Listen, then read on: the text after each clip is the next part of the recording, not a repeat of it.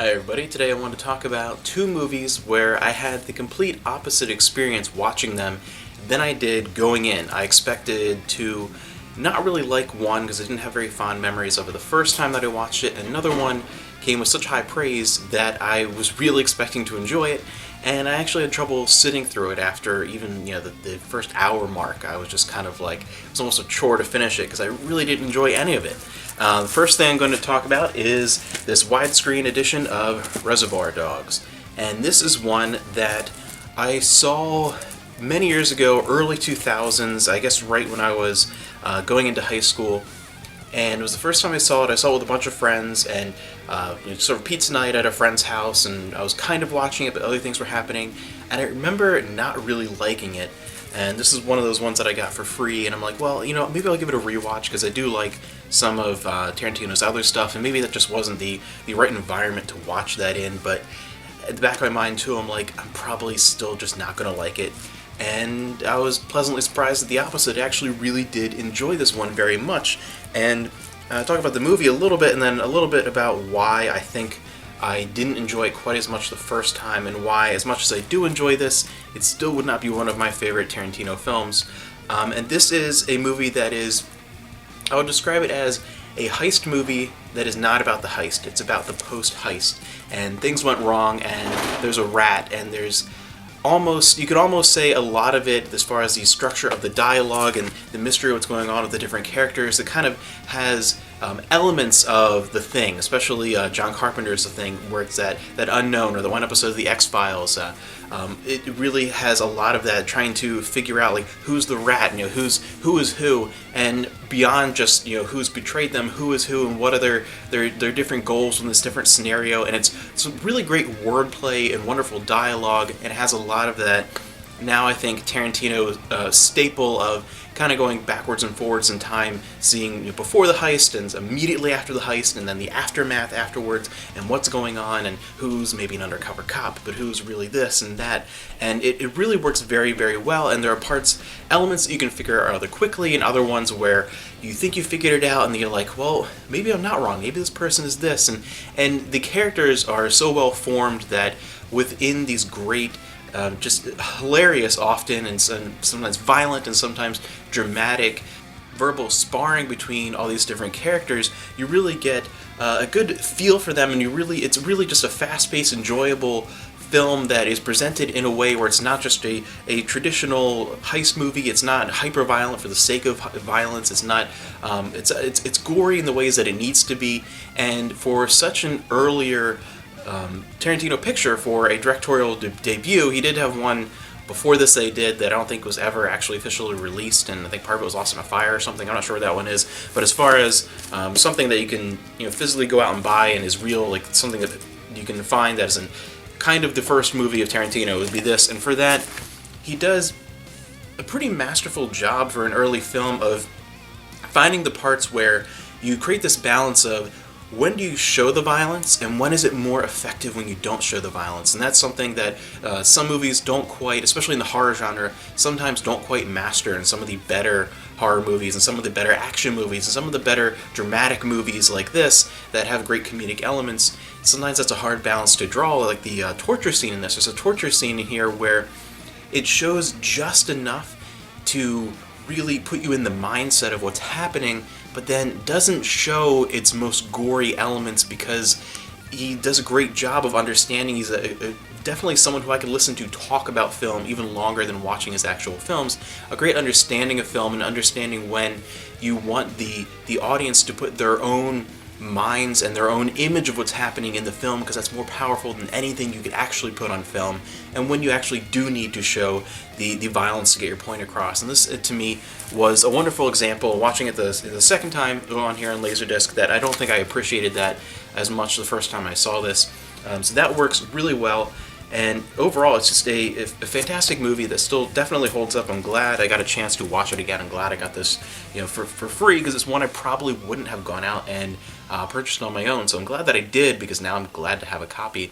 And I think why I didn't like it as much is because when I saw it, I had already seen several films of Tarantino's that still, after seeing this, I prefer, and think took a lot of elements where he was here kind of creating what would become his style, and I think every piece of that puzzle of what makes a Tarantino movie has been, for me at least, improved upon in some later pictures. I think that the element of piecing together the story through different jumps in time, going back and forth and seeing stuff from different characters' perspectives, and the amazing dialogue and huge long scenes that, for something that he's considered a very violent, action-driven director, but really a lot of his better movies are more dialogue than anything.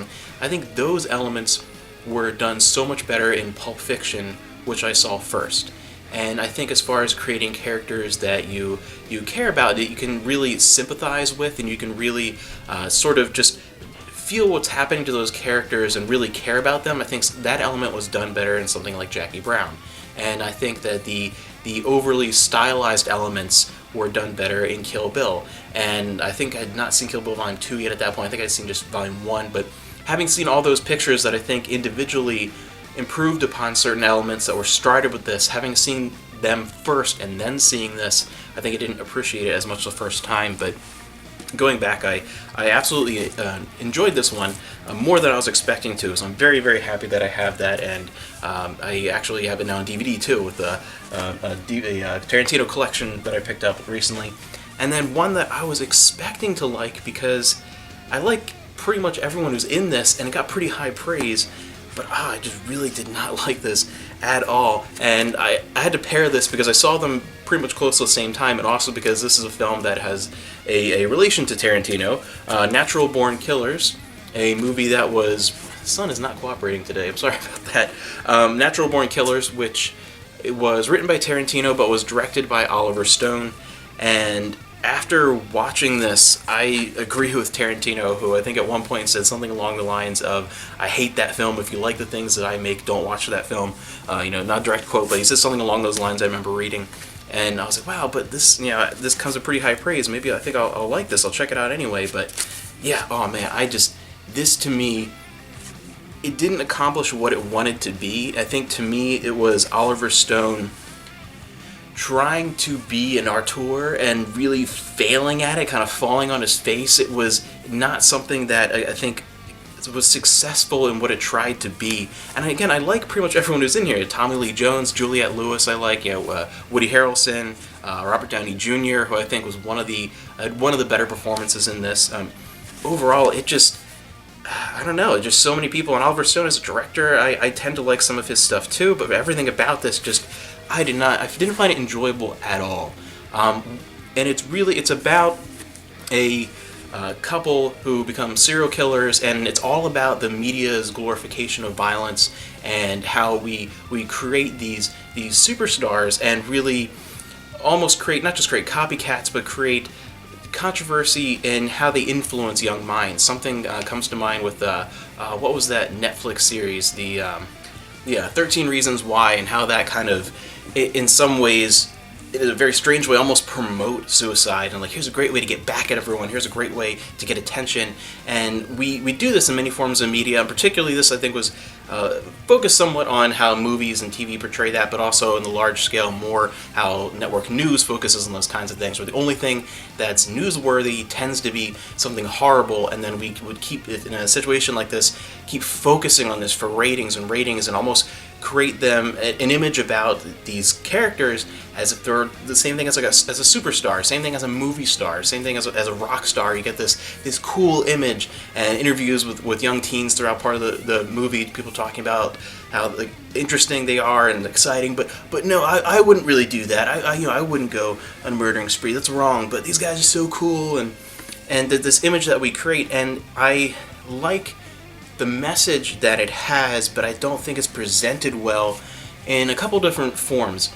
It feels like it's hammering it into your face so much, and when you have a message about something like this, some sort of social commentary, it almost became the thing that it was commentating about. It, to me, in many ways, there's nothing subtle about the message. It was just kind of like, here, look at this. This is it. We're glorifying violence. This is bad. We shouldn't be doing this. This is what the media is doing. All right, I get it.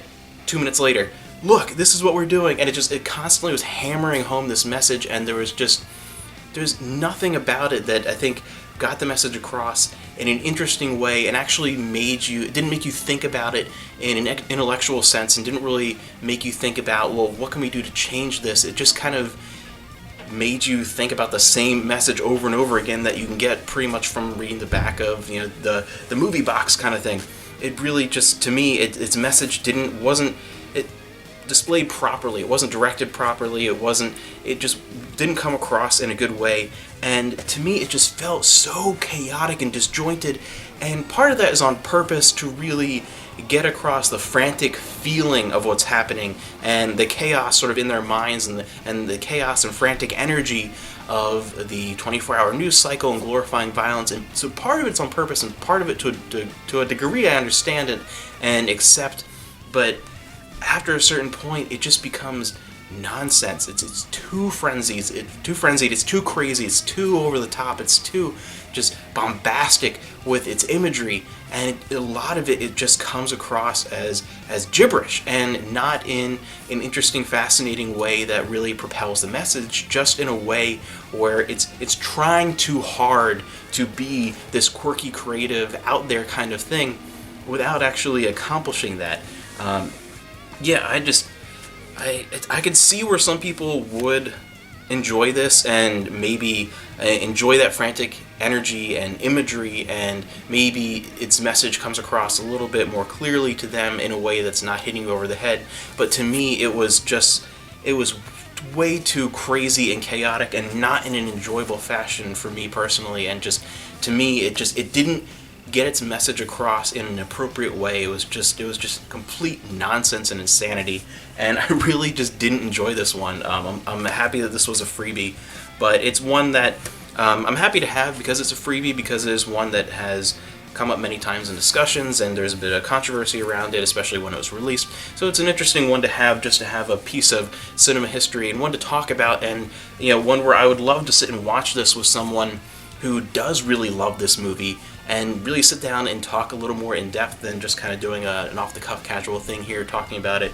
I would really love that, to be able to sit down with someone and really pick their brain and see why they really like this, and maybe talk about why I don't like it, and get back and forth. That's a fun thing to do sometimes. Just because you don't like a movie doesn't mean you can't enjoy the experience of talking about that movie and talking with someone who has the opposite opinion. Sometimes that can open your eyes to why they like it, or it can open their eyes to why you don't, and you kind of give a little bit of give and take, and that's a fun process. And then also, of course, Reservoir Dogs I was really happy to have, because I enjoyed that so much more than I did, and just the scenario in which I saw it initially, I think kind of ruined that first experience, and then watching it again, I do really enjoy it, but I think every element in it has been improved over time with some of his movies, and it's one that I like, but it's not one of my absolute favorites. So I want to talk about these two together because there's a lot of parallels, and of course the Tarantino factor in both of those, and one where they had the complete opposite experience for me as far as what I expected to like, and the movie that I ended up not liking were just the complete opposite.